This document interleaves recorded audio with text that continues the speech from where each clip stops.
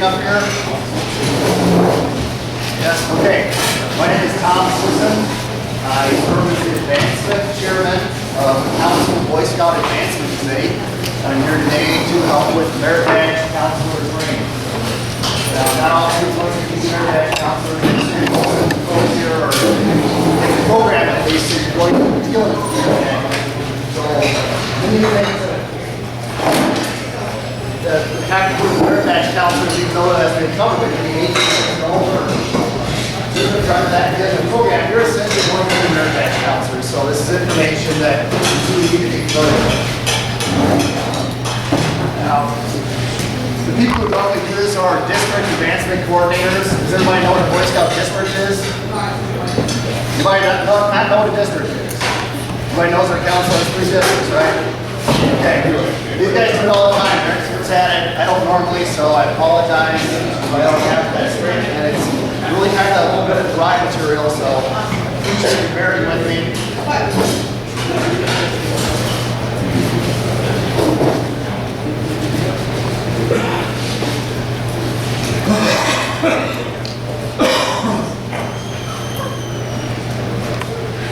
Okay, here's the topics our training is going to be covering.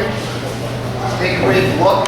If there's anything missing from there that you'd like to know about merit badge counselor training, please let me know. We'll cover it sometime before we get done.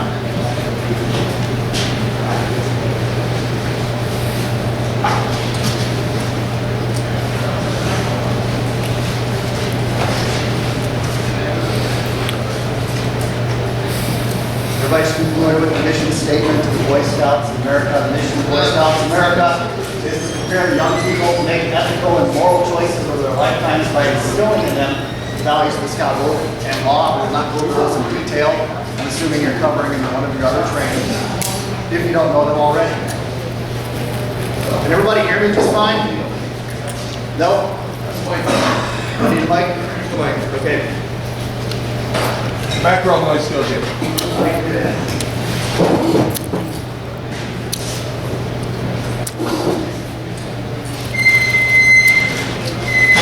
How's that?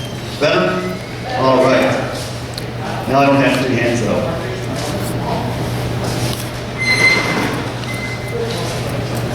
Who knows the aims of scouting? There are 3 aims of scouting. Aside from the Scout Executive.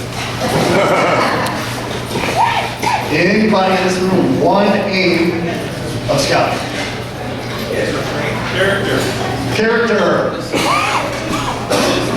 Aaron says citizenship. What's that? Fitness. Excellent. Character development, citizenship training, mental and physical fitness. The skills and the knowledge that these boys encounter in merit badges all should lead towards these aims. The mission and the aims of scouting are very important in this process, and what we want to focus on is process. They're going to be learning, as we said, skills and knowledge, and it's not that those things aren't important, but the process they go through of being challenged, of achieving goals, of working with others, all these things will lead towards these 3 aims.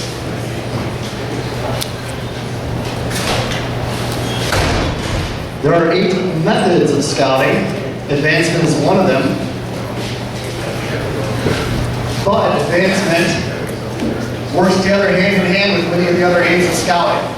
How do some of these other aims of scouting work in with advancement? What else here occurs to you as you're going through merit badges? Those of you who have taught merit badges before, or those of you who are Boy Scouts who have been in merit badges. Anything? How about outdoors? Do we have any of that here at camp? Yes. Maybe? That's a big part of the merit badges. Because when you're outdoors, it just seems to enhance the learning experience, especially if you're doing fire building or orienteering or something like that. So that works a lot. How about adult association? Does anybody know what adult association means? Yes? The kids are very receptive to what happens, so they reflect the way they Yes, exposure to quality adults, well-trained adults, knowledgeable in the scouting program, preferably, generally from outside of that Scouts troop. A lot of troops maintain their own stable of merit badge counselors. We like to see the boys go to other troops, or in this case, to summer camp, because they're going to get exposure to adults they don't normally see in their school, or their church, or their troop, and that's a good thing. A couple other things that they're going to encounter is, as they move through these classes and face challenges, leadership development and personal growth. Again, it's not just about the skill of knot tying, for example, it's about meeting those challenges and personal growth. And even here at camp, where you've got these boys for a pretty short period, you can contribute to that. There are 4 steps in learning. Merit badge counselors are involved in which of them? Anybody? Anybody? Ferris? Glenn? First 3. Wrong. Anybody else? It's not 3. First 2, correct. The scout will be learning with you and you will be testing him. Reviewing and recognizing that is the true leadership's duty. It's vital to remember also that earning of merit badges and advancement are both just methods. They are not our end goals. They are just one of the methods we use to achieve our aims.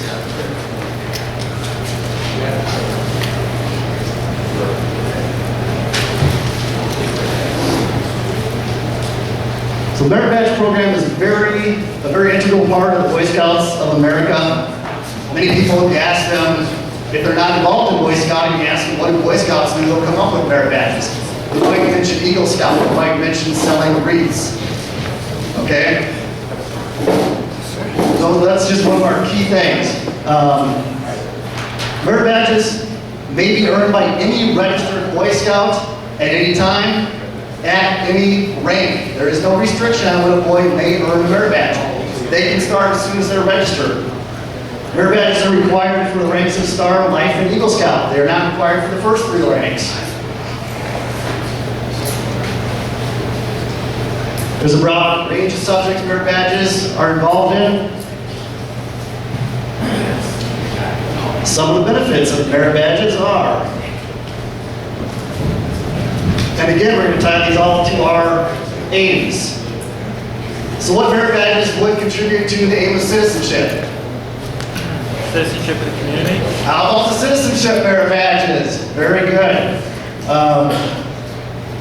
The boys develop confidence when they do things like public speaking and communications merit badges and things like this. We challenge boys to get up into uncomfortable situations, but we make those challenges things that they can overcome. Now, we want them to be tested, we want them to be challenged with it, but we don't want to set them up for failure.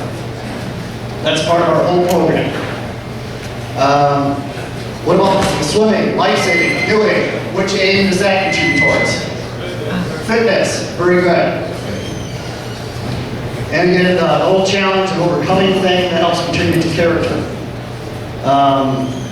They're going to be exposed to career and hobby choices. Now, not to many who have jobs, as a lot of our merit badge counselors do. As a career, they're going to be exposing boys to. So, I don't know how many engineers are here that are going to expose the boys to the career of engineering. Probably not.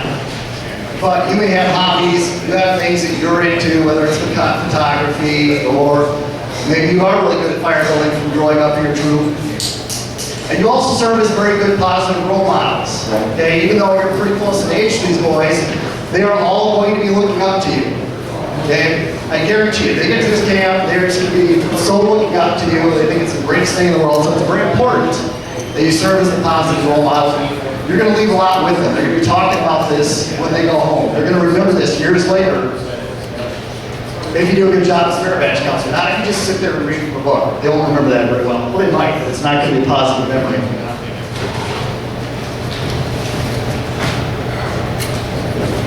There are a few qualifications to be a merit badge counselor that come from the National PSA. You must be at least 18 years of age. So, as I mentioned when I started, only those of you in program areas that are 18 years of age will officially be merit badge counselors. You must be of good character. So you might not understand what that means. Okay? You must be recognizing as being an expert or somehow having the skills in the area you're in. So if somebody applies to be an engineering merit badge counselor, when I get that application to council, I'm going to expect them to write some details on how they're employed with the company as an engineer or something like that. If they don't, I'm going to give them a call and say, can you tell me why you want to be an engineering merit badge counselor and what skills and knowledge you have that lead to it?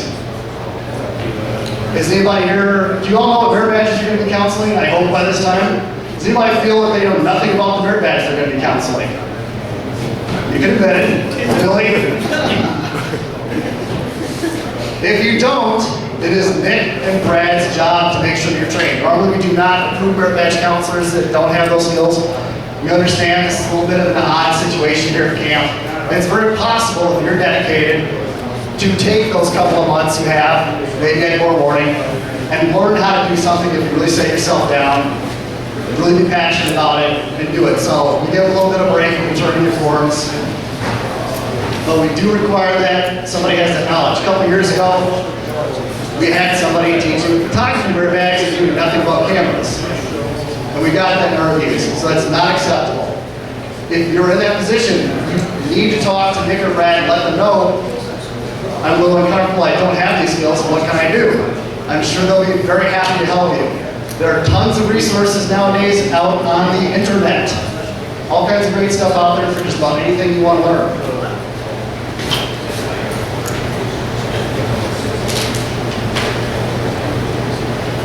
Some merit badges require special certifications. Two very good examples are any of the shooting sports, which require a BSA camp school certification or an NRA certification. Scuba diving, which requires a PADI certification or one of the others. And we do this because there is an added level of danger in many of these badges. We want to make sure that our merit badge counselors know that, are aware of it, and they know how to do these things.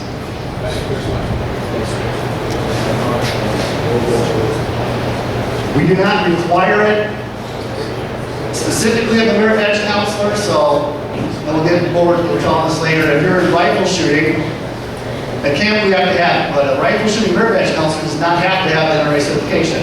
But then they cannot conduct shooting exercises, they cannot handle guns or ammo in class, they can't do any of that stuff. But they can have another guest or expert with them that can do it.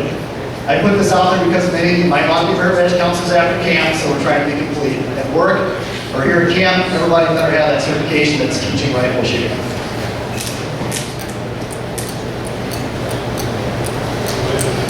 The process of registering as a merit badge counselor,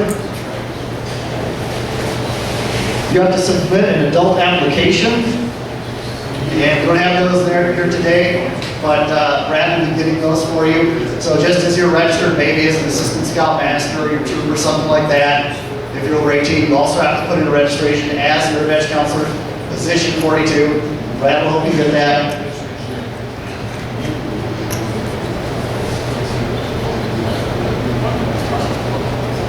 Also, approval of merit badge counselors is the responsibility of the Council Advancement Committee, and that's because we go into doing background checks and making sure they have all the proper skills and knowledge. That means your troop cannot decide who gets to be a merit badge counselor. Brad cannot decide who gets to be a merit badge counselor. Only the Council Advancement Committee can do that. These are the two forms required for merit badge counselors. This is the adult BSA form. Most of you probably are familiar with that.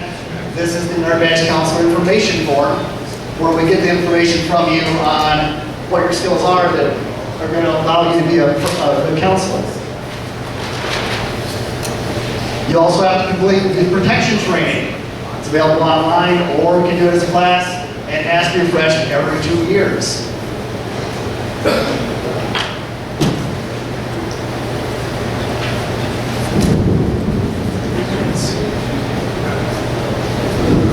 Okay, again, local councils do have the right to establish additional requirements.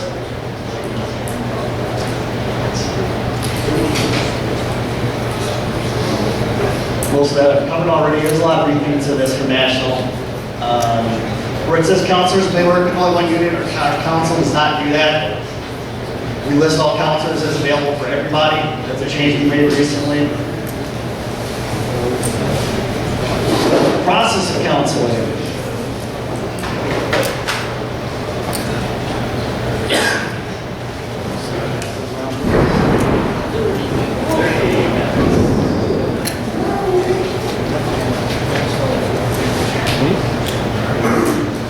So the process of counseling normally starts, we're talking in a troop, but it's going to be very similarly here when a scout decides that he has interest in a merit badge.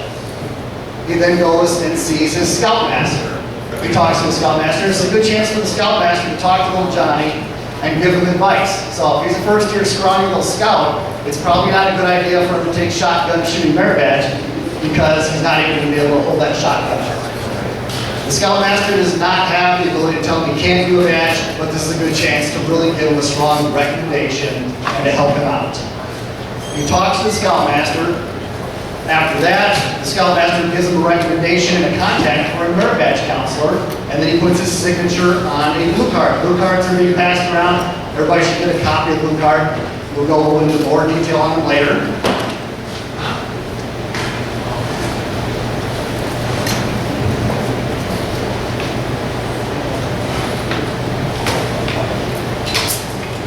During this first session with the scoutmaster, or after he sees the scoutmaster, the scout goes and sees the merit badge counselor.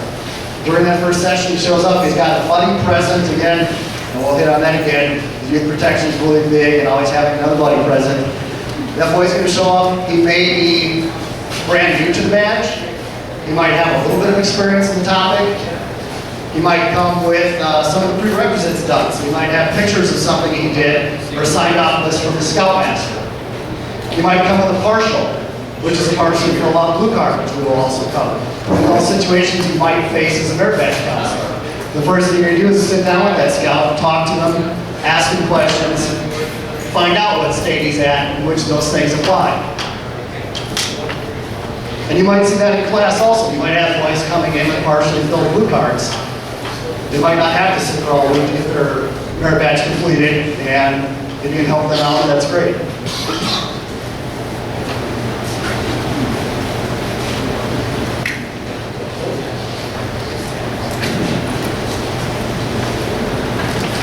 So after counseling the scout, the council approves the completion of the merit badge, but he's done it correctly, signs off the blue card. Scout goes back to his troop with the blue card, sees the unit leader. The unit leader gives him his final signature. The unit leader keeps a portion of the blue card. The scout keeps a portion of the blue card. The counselor will count the portion. That blue card goes to their advancement person who records the advancement, buys a merit badge.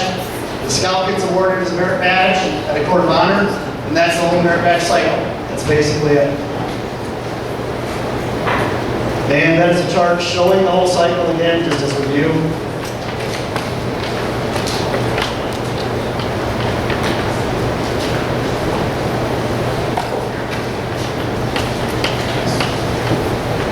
So getting into detail on the blue cards, because we are going to be filling out blue cards here. Whether you like it or not, it's something we have to do on CAMSTAT. There's a section on the blue card, if you look at it, it says, for the scoutmaster, I have discussed this merit badge with the scout. That used to say, I have approved. Now many people took this to mean that the scoutmaster's approval was needed for the boy to start the badge. That is not true. That's why the language was changed. The scoutmaster just needs to have a discussion. He says, I've had a discussion, and he recommends a name or a contact for a merit badge counselor. That's all this means. That's what the scoutmaster's signature means. It is evidence of their discussion. That signature from the scoutmaster should be on there before you accept their blue card when they come to class. Everybody should be told this. I'm assuming it's probably in like the pre-camp guides. They should probably be told it's Sunday night, I'm assuming, so they'll still have boys show up to class that don't have their card signed. Ask them, is your leader aware you're doing this? Did he forget to sign the card? Don't kick them out of class. But ask them, please bring your signing blue card Tuesday when you come to class. That it's important that we have that signature. Also, that blue card is not required for boys to get started in the merit badge. So if they've done something, let's say they have stamp collecting as a hobby and they've been doing that for a couple years, and they decide to start working on the merit badge, they can use some of that they've done towards the merit badge. That's what this means. They don't have to have had that blue card first.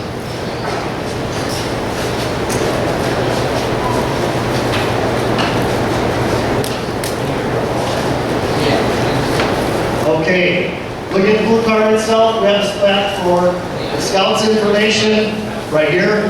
That should also be filled in when you receive the card.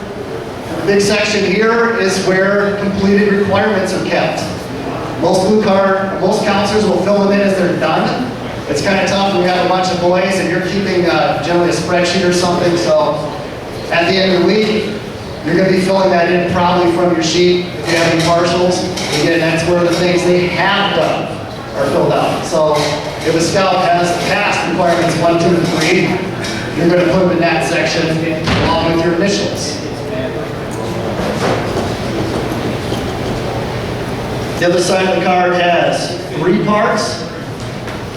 Again, the left section is the unit leader section. That's the one that they're going to keep. They're going to turn it over to their advancement person. So the troop knows the merit badge is here. The middle portion is the scouts portion.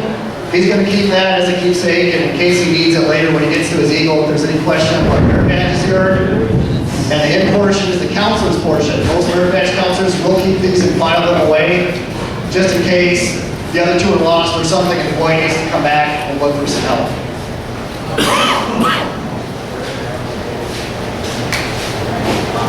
So your role as a merit badge counselor after the boy comes to you, he's got his buddy, you review that he's got a signed blue card, is to talk to him and again gauge how prepared he is. Some boys are going to be real ready for a merit badge, and again, that boy that wasn't quite ready to hold the shotgun, you might then be in a position of kind of convincing him he might have to wait a year. Just kind of politely hint at that. See what his current knowledge is. Some boys are going to show up, they've never done canoeing before, or something like that. Some will have done it all the time. How you teach to that or instruct is going to vary based on those boys' knowledge. I'm not going to get a lot into teaching methods because I'm sure you're going to get a lot more of that today. And also what their interest is. Some boys just want to get that badge under their belt because they want the eagle, and some are going to be really interested and really want to know what you're teaching them. As you meet with them more times, sometimes traditional merit badge counselors will meet a lot of times, sometimes just once. You get to see these boys here every day, so you are going to see a progression in knowledge. So keep an idea on the progress they're making. It's a challenge when you have 10, 20 boys in class to do this for every single boy, but you really need to.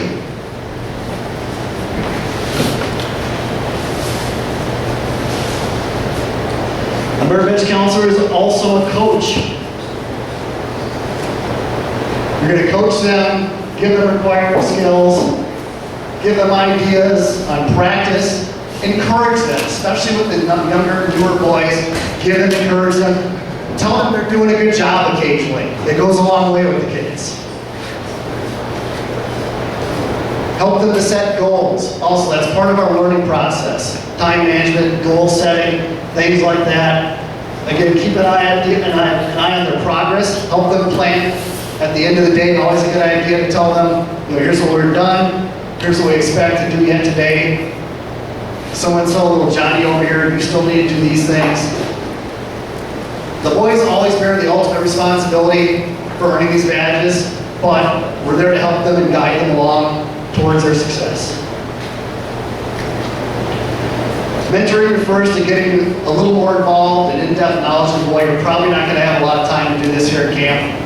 Traditional merit badge counselors might get a chance to do this because they have a lot longer to work with youth, get into a career interest or something like that. Merit badge requirements.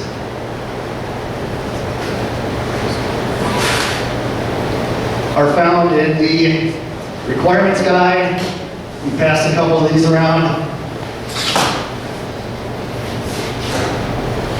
And also Boy Scout merit badge pamphlets. Everybody see a merit badge pamphlet? Merit badge book? I know 1 or 2 people have. I would hope it's more than that.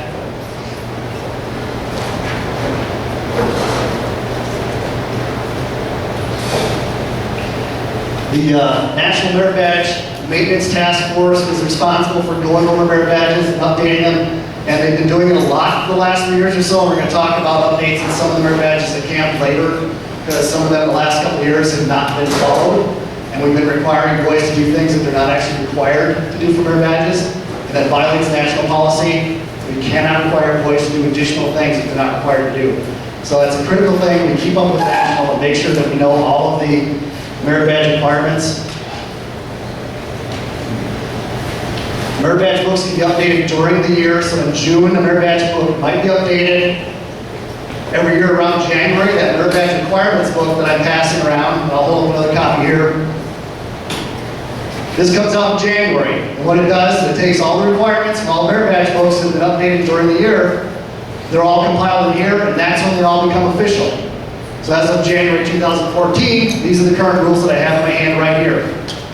These are available at the Scout Shop for purchase. I would hope that Nick would have one here for you to look at. And I'm going to show you a resource later where you can find all the current requirements on the internet. So it's important that both you and your scouts have a current copy of the book, and you know that you have a current copy. Also, as far as requirements go, as it says here, all requirements must be fulfilled as written. That's why it's important that we know what they are. Wording matters. If it says show, demonstrate, describe, discuss, tell, that's what they must actually do. We cannot have a boy sitting back on the edge of class, not participating. If it says discuss, every single boy must discuss. Again, this is a challenge when you're in class to do this, depending on how many boys you have. If it says demonstrate, the boy cannot sit and watch the others demonstrate. They all must do this. If you have a boy that does that, and you cannot get him to participate, he should be getting a partial. And it's very important that merit badge counselors, we uphold these requirements.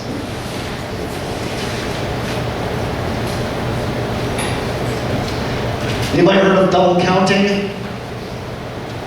Double counting is a term that refers to using requirements for multiple merit badges or for merit badges and rank advancement. In general, as long as something has the same intent, so if 2 merit badges call for you to do a 1-mile hike, say, there's no reason you really shouldn't accept that as a merit badge counselor. It is up to you. There are some instances where it says you cannot. For instance, in hiking, one of their hikes says you may use this. I think it's for rank requirements also, but not for another merit badge. So it is specified in some of the badges. But otherwise, if 2 badges have a similar requirement, and the boy says, I've already done this for this other badge, here's my note from my Scoutmaster, and the intent is the same, there's no reason you can't allow them to do it. There are some things that are similar but not the same. Is everybody taking communications and citizenship in the community recently?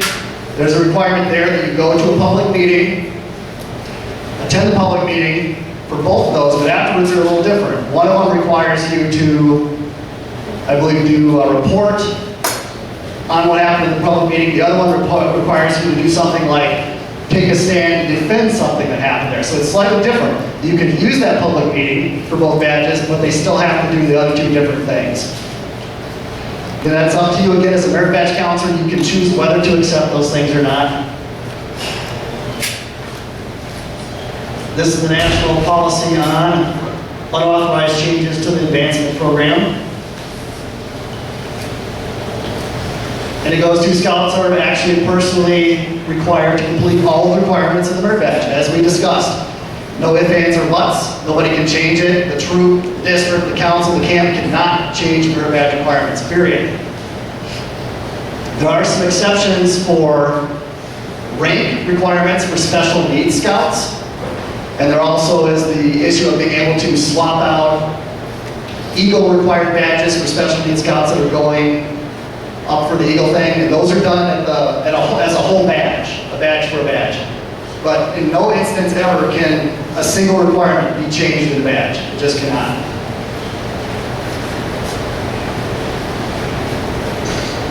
And a little more information on scouts with special needs. Again, merit badge requirements cannot be waived for scouts with special needs. Scouts with disabilities that are permanent or long-lasting can apply for what we call registered beyond the age. And that means they basically can stay registered as a Boy Scout past 18 as long as they need to earn their Eagle requirement. So You will see occasionally in the news a Boy Scout that is like 50 years old earning his Eagle. That's what's happening. There's special needs. That is what we do to accommodate the special needs scouts. And as I mentioned, there's also the alternative Eagle Scout and Rain Bear badges. The buddy system, again, don't forget, never be in your area alone with a scout. All part of youth protection, which is so critical in our program for the protection of both the youth and yourselves. If a scout shows up in your area and you're the only one there, maybe it's like after lunch and you're just prepping the area or something, and Johnny shows up and he wants a little extra help, ask him to come back later with a buddy. Or go somewhere else and meet him where there are other people. Do not ever be alone with a scout. And a buddy can be, again, it doesn't have to be a scout. This applies more to at home when they're doing merit badges. It could be a parent, it could be a brother, it could be a sister, it could be a friend. Just so long as they've got one other person there. A few tips on counseling. Again, you're going to go into this a lot more in depth later. Be friendly and welcoming when the scouts get there. Don't be leaning on the table on your elbow falling asleep like this. Don't be just read it and say, welcome, let's start reading out of the book. Do something, maybe do a fun little demonstration, ask them a question, involved in your topic, try to gauge the interest, do something there to make it fun and welcoming. It'll go a lot further towards getting them involved. Remember, it's scouting. Have fun. That's one of our most important things, is having fun. In the past, I went and attended camping merit badge here a few years back. I don't think anybody here was on staff at that time, so I'm not picking on anybody here. My troop happened to be up, and I wanted to go see what the boys were doing in camping merit badge. So they're all sitting at the merit badge table, and the counselor was sitting there with his head on his hand, and he had the book passing around between all the boys. And they were reading passage after passage. Next. And the next boy would read. Next. And the next boy would read. Those kids were bored to tears. Camping is not about reading a book. That's just one example. Make your merit badges fun. Make them exciting. I know you're going to have to go over some boring technical information occasionally. Try to spice it up. Try to break it up. The boys come here to have fun. They want to be bored and sit and listen. They can do that in school the rest of the year. So, make it exciting, make it fun. You'll get more tips on that from some of the other presenters. Use the EDGE method. I know this is one of your sessions later, so really briefly, start out by explaining what you're doing. If you're doing a new skill, teaching canoe stroke or something like that, tell them what it is you're going to be doing. Give them a demonstration so they can see and hear the process all the way through. People remember what they see a lot more than what they hear if they're just sitting there. Then let them do it and guide them through it. Even if it's hands-on helping them. Give them feedback. Help them to practice. And then enable them. Enable means further practice, getting them to teach it to other scouts, getting them to use it in competitions and games. All these things will help to cement it in their memory once they have those skills. And then hopefully once they go back to their troop will do the same thing, use those skills again, and those boys will really know this stuff. Group instruction is anytime we teach a bunch of scouts in a group for a merit badge, as opposed to one or two boys and the traditional counselor. Summer camp is group instruction. Merit badge clinics are group instruction. The whole point here is, why do we do it? One, we have special facilities. What kind of facilities do we have at camp that our own merit badge counselor doesn't have? In his home. Boats, the outdoors, the whole camp, spars, all kinds of great things that we can use. This makes sense to have group instruction events up here.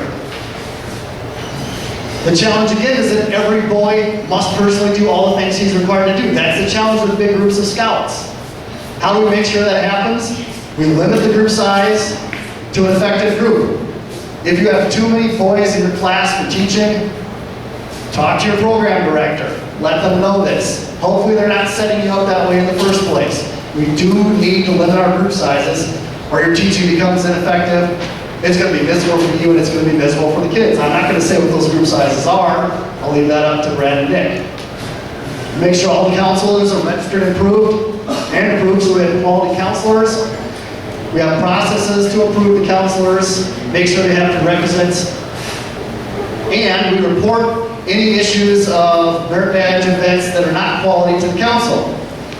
The biggest problem reported in national with merit badges is boys coming back that have earned merit badges that didn't actually do anything. They go to a merit badge clinic or a summer camp, they come back with a merit badge, and they say, guess what?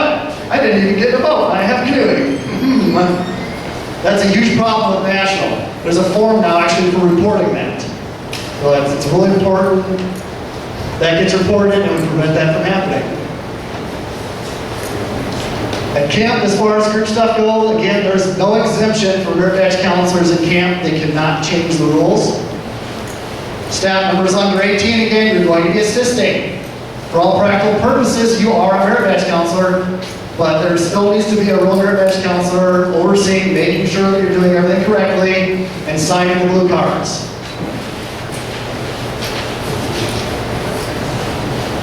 Merit badge events, again, this is going to be the merit badge clinics and stuff. This is kind of a lot of duplication of what I just said. It doesn't really apply here, but at merit badge events, we encourage people not to use merit badge clinics as fundraisers. We don't think that advancement should be used as fundraisers. People should be making money off scouts. It should be as affordable as possible for all Boy Scouts. So when you see troops out there using merit badge clinics to make money off the Boy Scouts, we do not support that in our council. We do not prohibit it, but we will not advertise for them. We won't allow them to do anything at our council service center as far as putting up flyers or anything like that. Some councils do bar that. Non-scouting organizations need to work with the council and get permission when they put on activities. Does anybody use worksheets here in their classes or have used worksheets before to do a merit badge? Glenn? Emergency preparedness. Okay, worksheets may be a handy tool. They're not prohibited by Boy Scouts. However, we need to make sure that they are current with all the requirements. They can only be used to meet things in writing. So you can't use a worksheet to demonstrate. Okay? If it says do this requirement in writing, you can do it on a worksheet. But if it says tell, demonstrate, discuss, show, you cannot do that with a worksheet. Also, you cannot require boys to use worksheets. They are not official BSA tools. You can ask them to use it. If a boy absolutely refuses to fill in a worksheet, you would rather do it on a blank sheet of paper, you have to allow them to do that.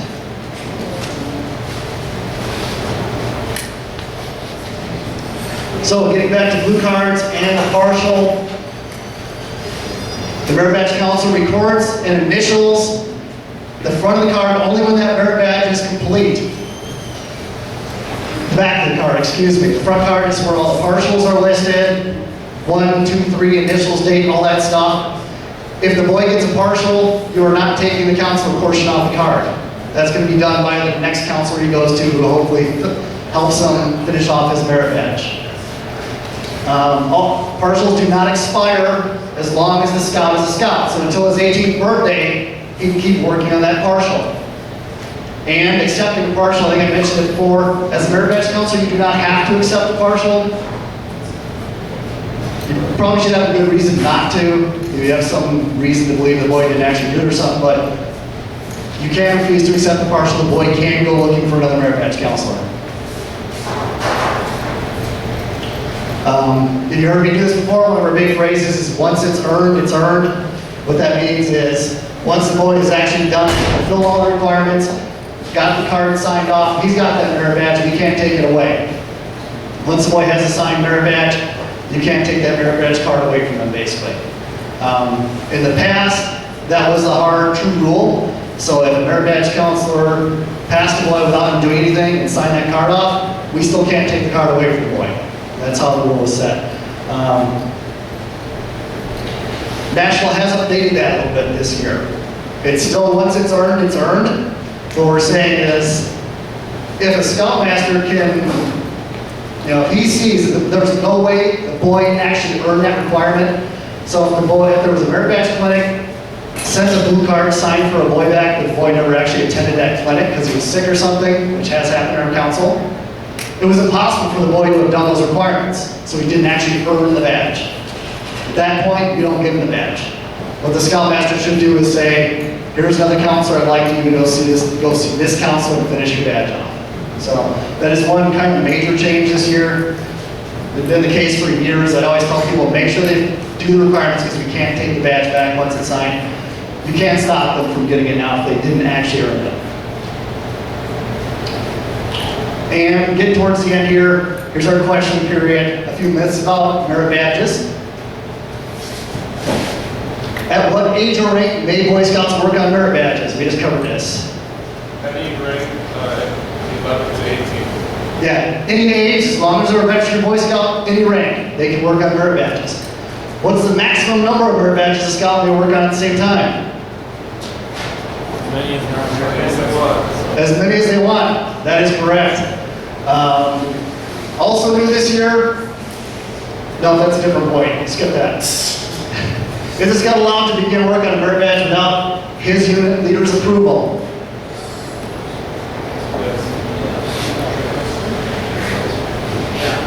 Yes. The unit leader does not approve them. It's kind of a trick question. Like we said, the unit leader has a discussion. So he doesn't need the unit leader's approval. Plus, remember, he can start working that merit badge before he even has a blue card. If he was working on stamp collecting a couple years ago, he can still use that experience. If a scout has too many unfinished merit badges, may the scout master limit how many others he may begin?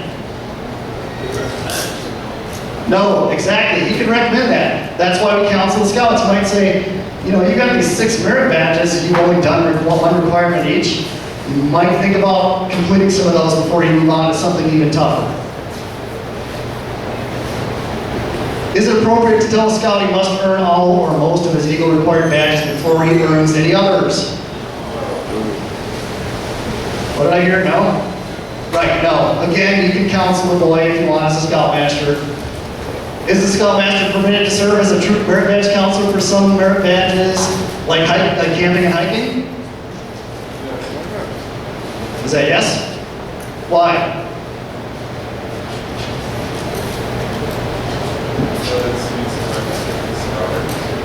He's a registered scouter and he's a merit badge counselor. Scoutmaster can serve as a merit badge counselor for his own boys as long as he's a registered and approved merit badge counselor. For that matter, I don't know if they cover in here, parents can serve as merit badge counselors for their own sons also. That is according to national. Some troops decide to put a restriction on that. That is not a national rule. Where were we? Number 7, what is the maximum number of badges a youth may earn from one counselor?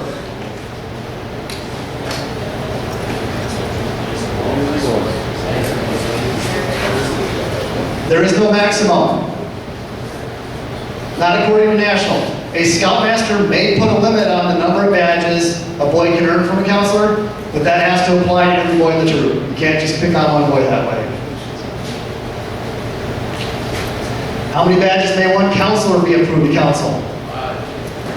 What did I hear? 5. Anybody else?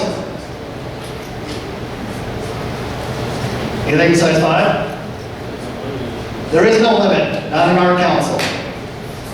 National places no limit, and generally in advancement policy, we follow national's procedures. So what if there's a gentleman who's retired and has a lot of time on his hands, and he teaches 10 merit badges, which is our limit. He'd like to add that one more merit badge. He wants to add sailing, and he's a fantastic sailor. Why would we keep that experience from benefiting our scouts because we have an arbitrary limit of 10? It's silly. We do not restrict how many merit badges a counselor may counsel. If it gets to the point where we've got merit badge counselors who teach 30 merit badges and they're doing a horrible job, we might change that rule, but that really hasn't come up. There is no restriction on how many merit badges a counselor can counsel.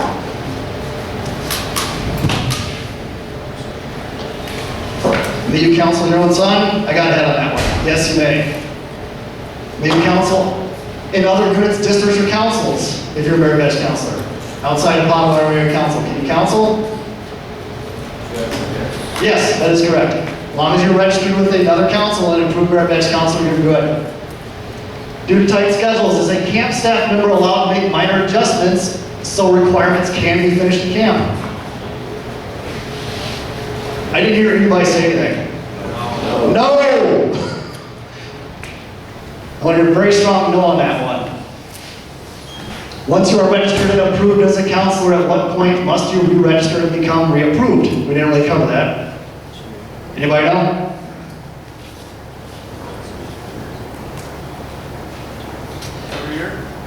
If you're- Yes. You must re-register every year. The question is how? Basically, the way it works, there's been a lot of confusion as we've switched over from our last advancement chair and the different database system to the new one is, once you register as a counselor in that adult position of position 42, each year you're re-registered. You're a member of the district in that position. Diane Jones, our council registrar, will automatically re-up you. So you don't have to worry about filling in another adult form or another Merit Badge counselor information form every year. Just to make that very clear. We've got Northern Lights keeps telling people different things. I'm not sure, I can't get them to straighten it out, but so you all know, once you register as a Merit Badge counselor, the only reason you need to turn in another form is if you want to change your Merit Badges, drop a Merit Badge, do something like that. Starting this fall, we'll have a new system where we're hopefully going to be sending out letters every year to the Merit Badge counselor. It says, here's what you're registered for, here's your contact information. You don't need to do anything unless you want to change something. So give people even more information and make it a little easier. When does a partial expire?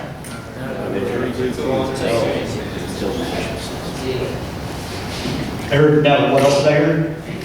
18, correct. A boy can work on a Merit Badge as long as he's a Boy Scout until he's 18, or of course if he's special needs and registers beyond the age, as long as it takes.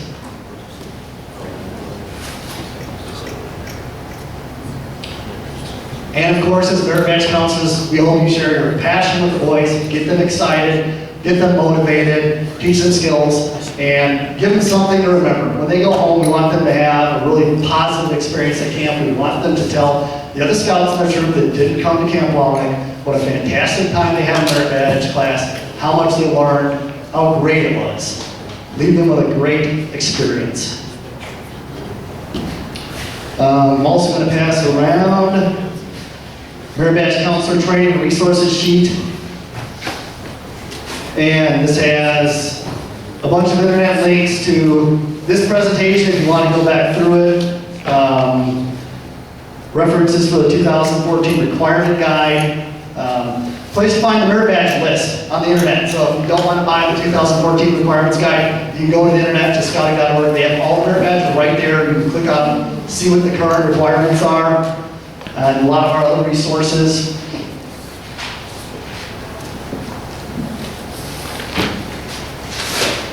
As far as Merit Badges here at camp, real quick, a couple things changed this year, and you look at the requirements. Minor changes this year. Fishing, for instance, in addition to catching at least one fish and preparing and eating it, now you've got to identify it. Some of them are real small things like that. Leather work, a lot of things we expanded, possible injuries in first aid, shotgun shooting, more safety and explanations. Cooking is a major change this year. Who's doing cooking? We're still here. So we're kind of, okay. It's legal required now, so it's really critical that this badge be done well. Expanded safety. We're changing the pyramid scheme to the mind plate. Add concrete food labels, difference between trans fats, saturated fats, allergens. Methods like cooking with microwaves and steaming. Never did that in cooking before. A lot of new stuff. Rowing. This is what I mentioned before. They expanded possible first aid stuff, and what you do about it, they took out CPR. So for rowing, search and rescue, and kayaking, the boys do not have to do CPR. I pointed this out to Brad, he probably wasn't aware of it. It's still on our guide that's out on the internet. Those are the sort of things we need to catch up on. And that's about all I have. We still need to do, if you're a Merit Badge counselor, I've got the forms to fill out here. I can help, I'll stick around and help get these handed out and get you started on those. My email address is at the bottom of the sheets. If you guys ever have any advancement questions you want answers for, Merit Badges, any kind of advancement at camp here, feel free to email me. I'll answer any questions that you have. And that is about it. Any questions? Did I miss anything? Anybody confuse anything? Quick. Okay, thank you very much. Sorry to run over time. I know it's a dry topic again. But please take it to heart and make our experience here with the boys at Camp Walling fantastic. We don't have the super fancy wilderness stuff and all the things a lot of other camps do. So what they experience in those merit badge classes and project first class is a really big deal here at Long Lake. Thank you.